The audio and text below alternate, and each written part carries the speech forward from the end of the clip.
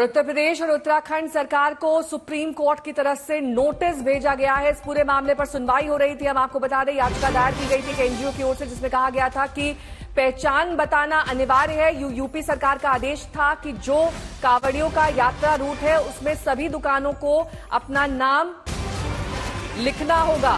कौन दुकानदार है, कौन मालिक है। कांवड़ यात्रा नेम प्लेट विवाद में अब सुप्रीम कोर्ट का नोटिस सामने आया है।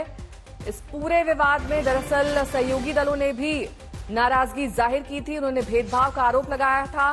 दुकानों पर नाम लिखने को इस याचिका के माध्यम से चुनौती दी गई। अब उत्तर प्रदेश और उत्तराखंड सरकार को सुप्रीम कोर्ट का नोटिस आया।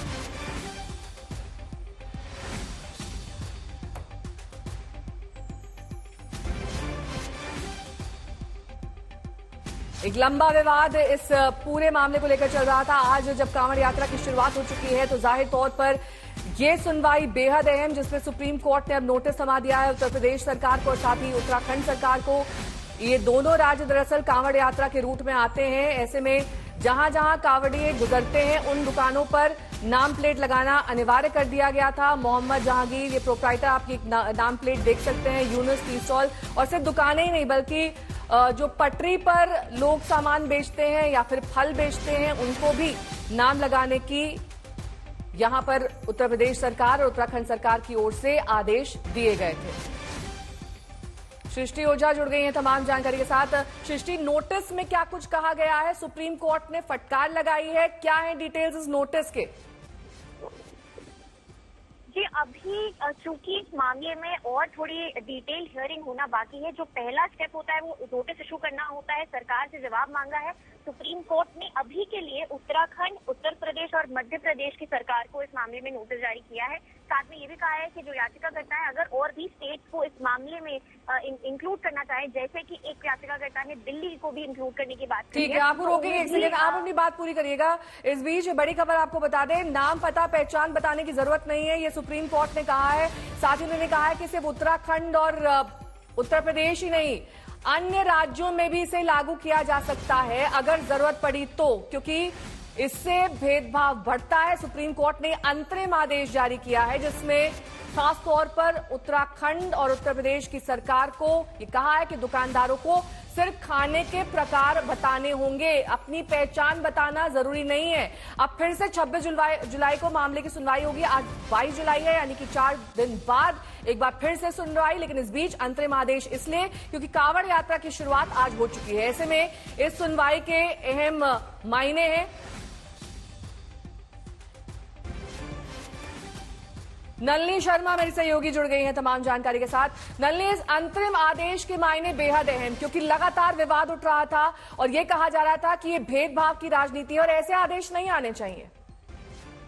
ये बहुत बड़ा ऑर्डर आ रहा है सुप्रीम कोर्ट की तरफ से, क्योंकि सुप्रीम कोर्ट ने ये साफ कर दिया है कि अंतरिम में इंटरिम ऑर्डर पास करा गया है, तो अंतरिम में कोई भी कंपल्शन नहीं होगा किसी भी, कोई ढाबा का ओनर है या रेस्टोरेंट का ओनर है, अपना नाम अपने रेस्टोरेंट के बाहर या अपनी आइडेंटिटी अपने रेस्टोरेंट के बाहर लिखने की। लेकिन उसी टाइम पे सुप्रीम कोर्ट ने ये भी बोला है कि किस तरीके का खाना उस रेस्टोरेंट में सर्व करा जा रहा है, क्या वहाँ नॉनवेज सर्व करा जा रहा है या सिर्फ शुद्ध शाकाहारी खाना सर्व करा जा रहा है, इसके बारे में रेस्टोरेंट ओनर्स जरूर बाहर लिख सकते हैं, अपने रेस्टोरेंट के बाहर डिटेल्स दे सकते हैं कि किस तरीके का खाना सर्व करा जा रहा है। लेकिन जब तक सुप्रीम कोर्ट इस मामले की सुनवाई नहीं कर देता तब तक किसी भी रेस्टोरेंट ओनर को अपना नाम या अपनी आइडेंटिटी बाहर डिस्प्ले करने की कोई जरूरत नहीं है। तो जो उत्तर प्रदेश सरकार का ऑर्डर आया था जिसमें बोला गया था कि हर इंसान को, जो भी कांवड़ यात्रा के रूट में जो भी दुकानें हैं, सबको अपना नाम बाहर लिखना पड़ेगा, ओनर का नाम, एम्प्लॉय का नाम बाहर लिखना पड़ेगा। अब उस फैसले पे अंतरिम से सुप्रीम कोर्ट की तरफ से अंतरिम रोक लगा दी गई है। बहुत बड़ा फैसला आ रहा है सुप्रीम कोर्ट की तरफ से। 26 जुलाई को इसमें आगे सुनवाई होगी, जिसमें सुप्रीम कोर्ट ने यूपी सरकार और केंद्र सरकार और सारे राज्य की सरकार, उत्तराखंड सरकार, दिल्ली सरकार, सबसे जवाब मांगा है। एक चीज पर क्लैरिटी दे दीजिए, खाने के प्रकार बताने होंगे, ये ऑप्शनल है या फिर मैंडेटरी है? नहीं, सुप्रीम कोर्ट ने बोला कि खाने के प्रकार वो बता सकते हैं, लेकिन उनपे कोई भी कंपल्शन नहीं है अपनी आइडेंटिटी या अपना नाम डालने का। तो इसका मतलब यही है कि जैसे अभी चलता आ रहा है, जैसे अभी भी आप किसी ढाबे में जाएंगे तो बहुत सारे ढाबों पे लिखा रहता है कि ये शुद्ध शाकाहारी ढाबा है। वो इसीलिए ताकि कोई भी अगर यात्री है जिसको उस शुद्ध शाकाहारी जगह पे खाना है तो उनके पास ये इंफॉर्मेशन अवेलेबल होनी चाहिए। तो ये इंफॉर्मेशन ठीक रेस्टोरेंट है। या ढाबा ओनर्स अभी अपने आउटलेट के बाहर लगा सकते हैं, लेकिन उन्हें अपनी आइडेंटिटी या ठीक अपने है, मैं एम्प्लॉयज लौटूंगी आपके पास। आशुतोष मिश्रा मेरे सहयोगी इस वक्त तमाम जानकारी के साथ मुजफ्फरनगर से जुड़ गए हैं। मुजफ्फरनगर दरअसल वो जगह, आशुतोष, जहां से इस पूरे विवाद की शुरुआत हुई थी और कई दुकानदारों से आपने भी बातचीत की, हमारे अन्य संवाददाताओं ने भी बातचीत की। कई बार उन्हें बोर्ड्स बदलने पड़े, अपना नाम पता सब कुछ लिखना पड़ा, डिटेल्स लिखने पड़े। अब सुप्रीम कोर्ट का ये अंतरिम आदेश कितनी बड़ी राहत लेकर आया उनके लिए? एक संक्षिप्त उदाहरण दे देता हूं यहीं पर, लाइव डेमोन्स्ट्रेशन। ये मुजफ्फरनगर से रुड़की का रास्ता है बीच में, जहां मैं रुका था। ये भाई साहब यहाँ चाय बना रहे हैं और मैंने इनसे पूछा कि चूंकि यहाँ पर सरकार और प्रशासन का आदेश है कि आप दुकान के आगे बोर्ड लगाएंगे, तो आपका बोर्ड कहाँ है? बनने गया है सर। इन्होंने बताया कि इनका बोर्ड बनने के लिए गया है। वैसे क्या कहा गया था आप लोगों को? पुलिस ने क्या कहा था आदेश में, किस तरह का बोर्ड लगाने के लिए? वही भोले के लिए। अब ये दुकानदारों को अभी कोर्ट ने रोक लगा दी है, बोला अब लगाने की जरूरत नहीं है, लेकिन ये बताना पड़ेगा कि आप क्या बेच रहे हैं। मतलब लहसुन प्याज से बनी चीज है, वेज है, नॉन वेज है, तो वो लगाने को बोला है। अब वेज है, चाय वगैरह, मटरी, सिगरेट विगरेट, बिस्कुट। दरअसल आस्था और उसके साथ ये जो भोले हैं, जो कांवड़ यात्री हैं, उनकी सात्विकता का सवाल था। उस सात्विकता को देखते हुए क्या किस तरह का खाना परोसा जाएगा, आपको ये भी बताएं कि चूंकि दशकों से यात्रा रही है, बहुत सारे होटल, रिसोर्ट या रेस्टोरेंट या ढाबे ऐसे हैं जहां परंपरा के तहत लहसुन प्याज का खाना नहीं बनाया जाता था और इसीलिए आर्गुमेंट में कहा गया कि नाम से दरअसल आप भेदभाव ले जाते हैं। खाना किस तरह का अगर ये इंश्योर करना है तो फूड खाद्य सुरक्षा जो कानून है वो कहता था कि आप अपना सर्टिफिकेट डिस्प्ले करें। उस सर्टिफिकेट में आपने जो गारंटी जिस आधार पर लाइसेंस मिला है वो जानकारी सामने आती थी। और इधर यहाँ पर जितने कांवड़ यात्री हैं, तमाम सारे लोग आ रहे हैं। कुछ लोगों से जरा रोक ही लेते हैं, आपकी यात्रा खंडित तो नहीं होगी रुकने से? मुझे ये बताइए कि आप लोग खाना खाने जब किसी ढाबे पर या रेस्टोरेंट पे रुकते थे तो क्या उनका नाम, धर्म या पहचान पूछ के रुकते थे खाने? खाना खाने रुकते हैं? आइए जाने दीजिए, रास्ता रुक जाएगा। दरअसल ये कांवड़ का मार्ग है और कोई रुकना नहीं चाहता है। तो मुझे बताया जब आप लोग खाना वाना खाने के लिए कहीं रुकते हैं ढाबे पर, क्या उनसे नाम पहचान पूछकर रुकते थे? किस धर्म का है, किस जाति का, कभी पूछा था कभी किसी? नहीं, ऐसा कभी नहीं पूछा। कभी ऐसा हुआ कि हिंदू का ढाबा या मुसलमान का ढाबा? नहीं, कुछ नहीं देखा ऐसा कोई। मैं लौटूंगी आपके पास आशुतोष। सृष्टि ओझा मेरी सहयोगी सुप्रीम कोर्ट के बाहर से जुड़ गई, क्योंकि सुप्रीम कोर्ट का ये अंतरिम आदेश है और इस पर एक बार फिर से सुनवाई 26 जुलाई को होनी है।